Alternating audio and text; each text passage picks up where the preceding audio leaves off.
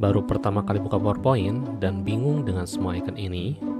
Tenang, di video berseri ini kita akan belajar tentang PowerPoint mulai dari dasar.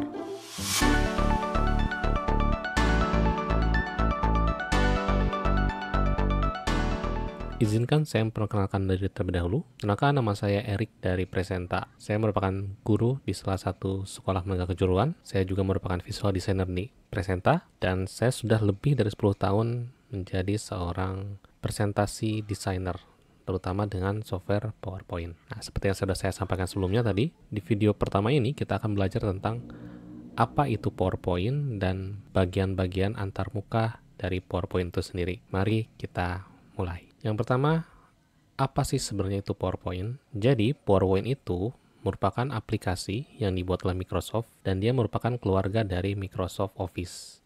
Yang mana secara umum Microsoft Office itu terdiri dari Microsoft Word untuk mengolah kata, Microsoft Excel untuk mengolah data, dan juga ada PowerPoint yang berguna untuk membuat slide presentasi. Versinya macam-macam, ada yang versi 2013, 2016, 2019, 2021, atau ada juga versi Office 365. Untuk video ini, saya akan mendemokan dengan Office 365. Harusnya ini tidak terlalu jauh tampilannya dengan Office 2021 ataupun 2019. Dan mungkin agak sedikit berbeda dengan Office versi sebelumnya. Tapi itu tidak masalah, karena kita akan membahas mulai dari dasar terlebih dahulu. Selanjutnya, apa sih sebenarnya fungsi dari PowerPoint itu sendiri? Fungsi utama dari PowerPoint adalah membantu presenter atau orang yang menyampaikan presentasi untuk menyampaikan gagasan sehingga audiens akan lebih mudah memahami apa yang disampaikan oleh presenter tersebut. Jadi dia hanya sebagai alat bantu untuk menjelaskan suatu hal, suatu gagasan. Bukan yang merupakan teks atau contekan dari presenter, dan juga dia bukan menampilkan hal-hal yang tidak ada hubungannya dengan materi tersebut. Nah, itu fungsi utama dari PowerPoint. Lalu di manakah PowerPoint biasa digunakan? Seperti yang kita ketahui bersama, PowerPoint hampir digunakan di seluruh bidang di kehidupan ini. Mulai dari bisnis, pemerintahan, pendidikan, ataupun bidang-bidang lain yang sering melakukan presentasi. Sebagai contoh, misalnya di bisnis atau pemerintahan, PowerPoint biasanya digunakan untuk menampilkan presentasi proposal proyek, laporan bisnis bulanan atau tahunan, presentasi progres proyek, atau urusannya dengan klien misalnya, presentasi dengan klien. Itu di bidang bisnis dan pemerintahan. Untuk di bidang pendidikan, contohnya adalah ketika dosen memberikan materi ke mahasiswa, biasanya menggunakan PowerPoint. Siswa mempresentasikan tugas, itu juga biasanya menggunakan PowerPoint. Dan yang lebih umum adalah ketika seorang mahasiswa mempresentasikan skripsinya. Itu seringkali menggunakan PowerPoint. Nah, itu adalah contoh penggunaan PowerPoint di kehidupan nyata di berbagai bidang. Selanjutnya kita akan lanjut ke materi berikutnya, yaitu tentang antarmuka dari PowerPoint. Apakah teman-teman semua sudah siap? Kalau sudah, mari kita mulai. Untuk membuka PowerPoint, kita bisa mulai dengan mengklik menu Start. Lalu kita cari aplikasinya, yaitu PowerPoint. Lalu kita klik di icon yang ini. Tunggu beberapa saat. Nah, inilah tampilan ketika kita membuka aplikasi PowerPoint untuk pertama kali. Di bagian samping ini ada bagian di mana kita bisa membuat file baru atau membuka file yang sudah pernah kita buat. Dan di bagian bawah ini ada bagian pengaturan dan juga bagian akun. Lalu di bagian atas ini adalah bagian template. Kalau kita perhatikan di sini ada banyak sekali template ya. Apalagi kalau kita klik di More Themes ini, itu akan lebih banyak lagi. Dan bagian bawah sini adalah menunjukkan file-file yang kita pernah buka dengan aplikasi PowerPoint. Nah, kali ini kita akan coba mulai dengan menggunakan template blank ya. Caranya dengan mengklik pada bagian blank presentation ini. Kita klik, maka tampilannya akan berubah menjadi seperti ini. Nah, ini tampilan awal ketika kita membuat file PowerPoint baru. Kita akan coba pelajari sedikit tentang bagian utama dari aplikasi PowerPoint ini. Yang pertama, itu yang paling besar bagian sini, ini namanya adalah slide pane. Slide pane ini bagian dimana kita mengedit slide tersebut, mulai dari menambahkan teks, menambahkan gambar, atau mengatur posisi, dan juga untuk mengkostumasi sesuai dengan kebutuhan kita. Ini akan sering digunakan karena ini bagian utama dari aplikasi PowerPoint. Lalu kita ke atas dulu sebagian sini. Ini namanya adalah Quick Access Toolbar. Jadi kalau tampilan teman-teman agak beda, tidak masalah ya, karena ini sifatnya bisa kita custom. Mungkin di teman-teman hanya ada save, undo, redo, presentation, dan juga beberapa yang lainnya. Tapi tampilan saya agak berbeda karena saya menambahkan fungsi-fungsi tertentu agar saya bisa lebih cepat mengakses fungsi tersebut ya. Quick Access Toolbar. Kita ke bawah sedikit, ini ada namanya menu ribbon, dan bawahnya adalah ribbonnya. Jadi ribbon dan menu ribbon ini satu satuan ya. Jadi kalau kita klik di menunya, maka ribbonnya akan berubah sesuai dengan nama menu yang kita pilih. Misal di menu insert ini, ribbonnya akan muncul fungsi-fungsi untuk menginsert sesuatu, untuk memasukkan sesuatu.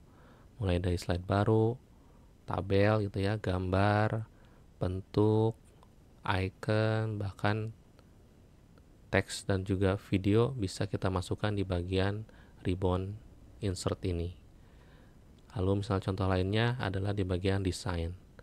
Nah ini ribbonnya berisi tentang desain-desain atau template yang bisa kita pilih ketika membuat presentasi.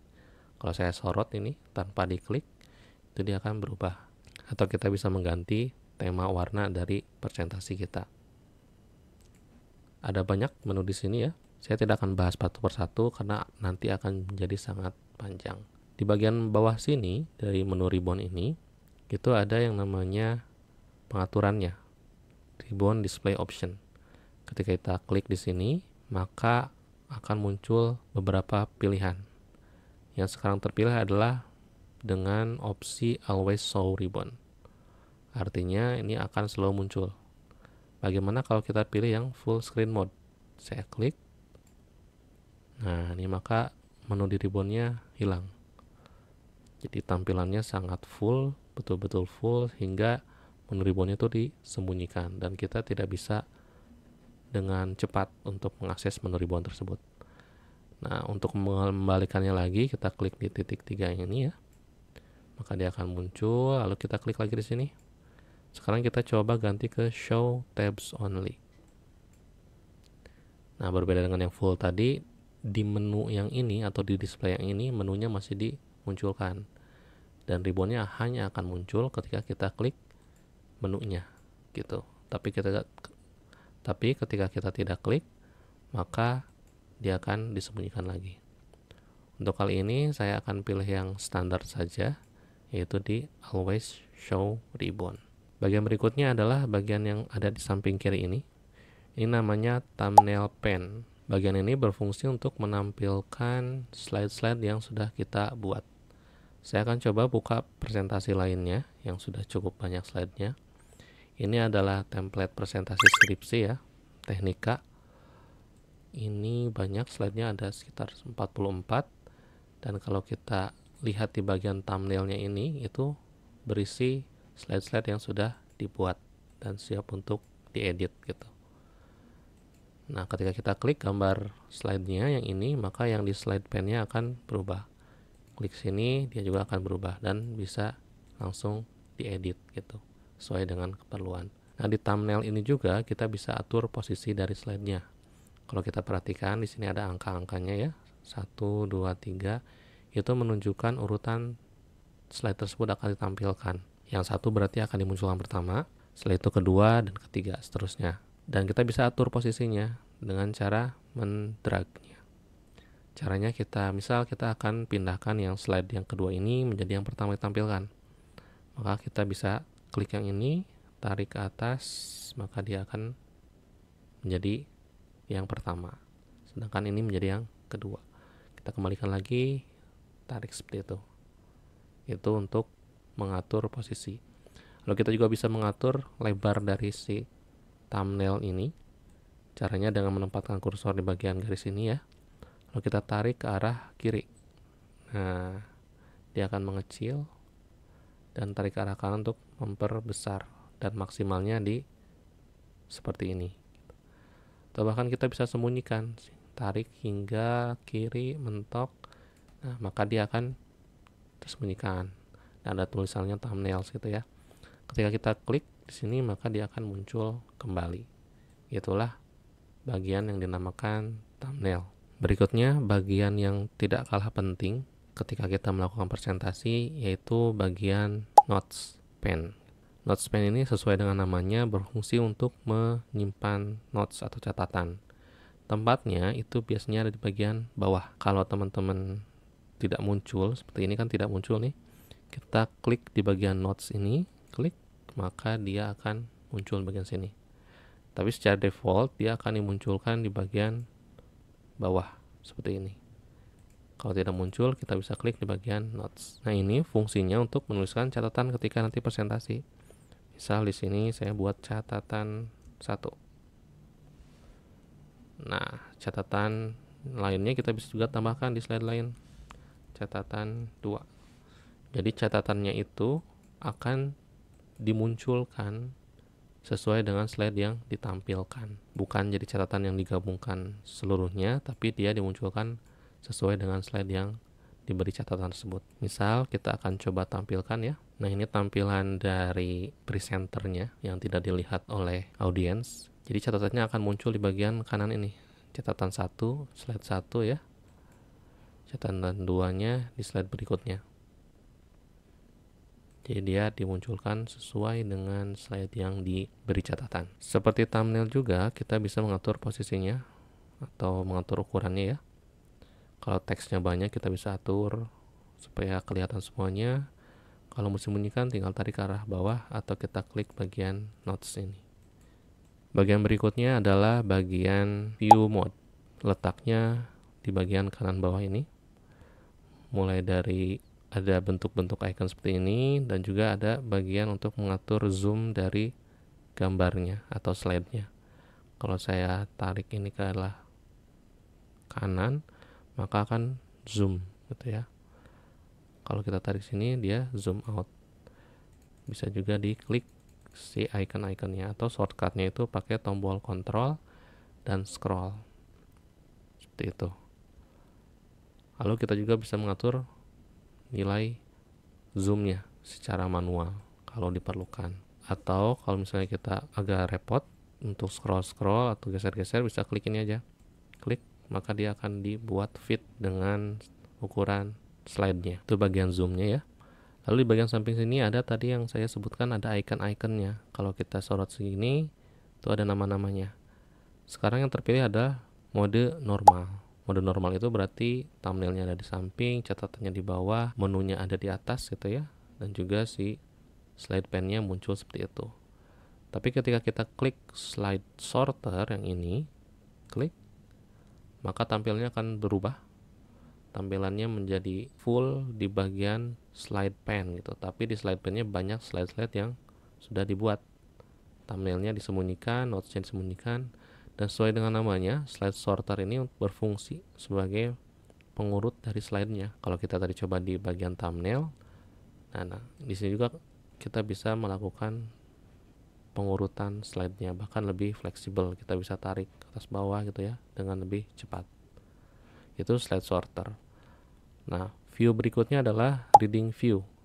Kalau kita klik di sini, maka tampilannya akan hanya satu slide saja. Tapi masih ada menu-menu seperti ini. Next-nya ada, Previews-nya ada, terus ada tombol close, dan taskbar di bawah juga masih dimunculkan. Untuk majunya klik next, untuk mundunya pilih Previews, dan kalau kita klik yang tengah ini akan muncul menunya. Gitu. Itu di bagian reading view, bukan di bagian presentation ya. Nah, sebelahnya itu ada slideshow. Kalau kita klik slideshow ini, maka presentasi akan ditampilkan, dan view ini yang biasa digunakan untuk menampilkan presentasi di depan audiens. Jadi hanya ada satu slide yang ditampilkan, dan juga tidak ada menu-menu yang muncul di bagian atas atau bawah dari tampilan slide-nya. Kecuali kalau kita perhatikan di sini bagian bawah kiri itu ada ketika kita menggerakkan kursornya. Untuk keluar dari menu slideshow ini, kita bisa tekan tombol escape atau bisa klik kanan pilih and show. Nah, itu tadi teman-teman interface dari PowerPoint atau antarmuka dari PowerPoint, yang mana setiap bagian mempunyai fungsinya masing-masing. Kita bisa menggunakannya sesuai dengan kebutuhan yang kita perlukan. Terima kasih sudah menonton video ini sampai akhir. Jangan lupa like, komen, dan subscribe bagi teman-teman yang belum subscribe channel YouTube Presenta. Saya Erik dari Presenta, sampai jumpa di video tutorial berikutnya.